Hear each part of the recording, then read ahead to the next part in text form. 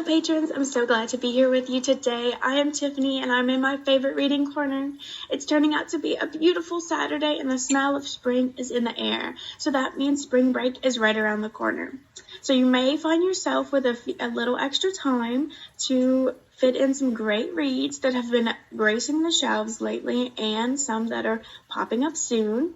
If you are interested in fantasy, I have 5 fantasy books that you should definitely consider adding to your reading list. I have Waking Romeo, Witches Steeped in Gold, The Beautiful, The Midnight Library, and Lollipop Kids. They are packed with elements of the supernatural, questions of what if, and of course, full of mystery. So grab your mid-morning coffee and let's talk books. Being in high school, you will definitely encounter a few of the classics by big names like Shakespeare and the Bronte sisters. Though great authors, the language and styles can be very difficult to get through, but no worries, I have just a book to help you out. Our first book is Waking Romeo, which is the debut book of an up-and-coming author, Catherine Barker.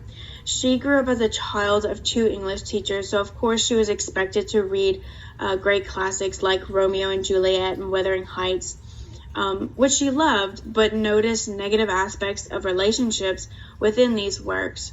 So growing up also in with modern influences around her, Catherine wanted to rewrite these works in order for them to reflect healthier views of romantic relationships and positive examples for young women, as well as shed light on environmental issues that we should be focused on as a nation.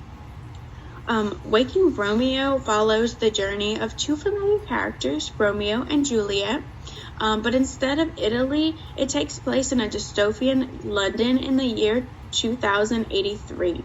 Time travel is possible, but only forward. Just about everyone has already traveled to the future to escape the Earth's nearly inhabitable state. However, a few families have refused to travel forward, including Juliet, who goes by Jules, and her love, Romeo's family. Unfortunately, Jules finds herself alone because she's estranged from her family and Romeo's in a coma.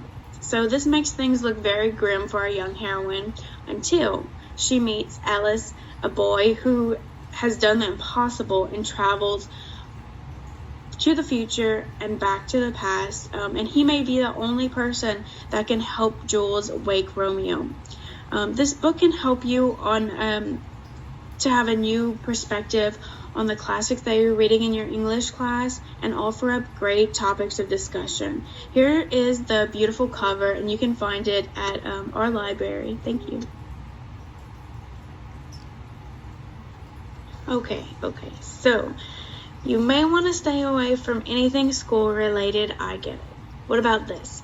Divided by their order, united by their vengeance. Witches Steeped in Gold by Sienna Smart is a Jamaican-inspired tale told in the dual perspective fashion of 2 witches, Jasmine and Irea.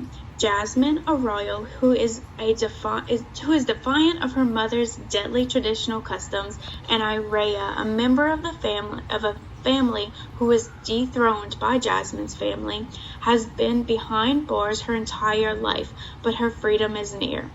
These 2 sworn enemies find themselves in a precarious alliance to overcome their common enemy, the Doye, or the Queen. But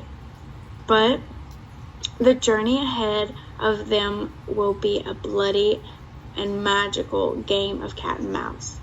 How poetic is that title? I absolutely love it. This enchanting tale is immensely detailed and will have you diving deep into Jamaican culture and language. Readers say it is wise to have a patois translating dictionary to accompany this read. Patois is a dialect of a Jamaican language. So it'd be great to immerse yourself in a new culture that way. If you can't get enough of this book, no worries. The sequel is set to be released this summer, and it's titled Impress Crown in Red. Our author, Sienna Smart, though grew up in Southeast England, took inspiration for her novel from her Jamaican roots, and at an early age, Sienna fell for anarchy stories and continues to celebrate that love by drafting her own stories like this one about willful, willy, and unpredictable heroines and villains. Are you a proud Louisiana resident? Love everything New Orleans? Picture this: 1800s New Orleans, mystery, secret underground societal elites, and the supernatural. Can you see it? Oh, do I have the book for you? The Beautiful. It follows Celine Rousseau, a dressmaker from Paris who flees to New Orleans, where she becomes enamored with the city and its customs. She finds herself involved with the Liqueur de Lions, the glitzy underworld, and is taken in by the Ursuline Covenant. The mystery begins when the body of one of the girls is discovered. Celine is suspicious of the group's leader, Sebastian Saint Romain, but also is forming an attraction to him. The mystery continues as the number of bodies that are discovered increase. This journey of truth leads Celine to a shocking age-old feud.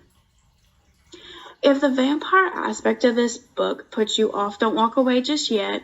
Renee does a great job of keeping the focus on the alluring mystery and not just the supernatural elements. She also sets the scene of the seductive atmosphere of New Orleans perfectly. The book also looks at the lack of feminine power and at this time and addresses male and female equality. The Beautiful is the first novel in the quartet, followed by The Damned and The Righteous, which are both on the bookshelves.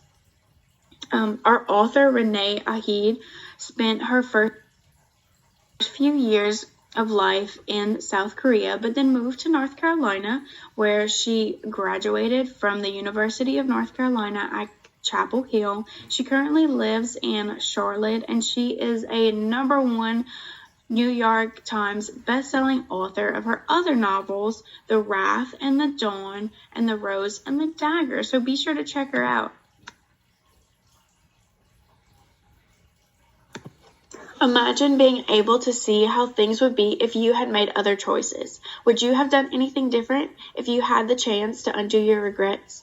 The Midnight Library follows Nora Seed, who faces these questions when she discovers a library that contains books based on every decision she has made in her life, and books on each alternate reality. The shelves are endless, as you can imagine. These twisted tales have Nora questioning what is truly fulfilling in life and what makes it worth living in the first place. Of course, I had to include this title to show how captivating libraries can be. And this enchanted tale comes to us by Matt Haig, an author of many recognizable titles such as the best-selling Reasons to Stay Alive, A Boy Called Christmas, The Guardian, and many others. So naturally, this novel is a must-read. If graphic novels are more your niche, you have to check out Lollipop Kids. This beautifully illustrated novel follows Nick, 14, as he finds out that he is a part of a 400-year-old legacy of fighting off monsters. Monsters that the Pilgrims brought over whenever they came to the new land, and locked them up in what's now known as Central Park. Nick, along with a ragtag group of teens that he finds along the way, must keep these monsters in check in the middle of modern-day New York City. How exciting. This journey highlights friendship and living life with a learning disability. The art is by Diego Yapper, and it's absolutely beautiful. But what I particularly love about this novel is that the creators, Adam and Aidan Glass, is a father and son duo. This concept was created out of bedtime stories that Aidan and his father would create instead of reading books because it was particularly difficult for him due to his dyslexia. The catch with this novel, unfortunately, is that it does not release until March 1st, so you will have to come back to the library and check it out. Thank you for sticking around to hear about my favorite spring reads. I had so much fun seeking these books out for you, so stop by the library today and pick up one of these titles. And then be sure to come back and let me know what you thought of them.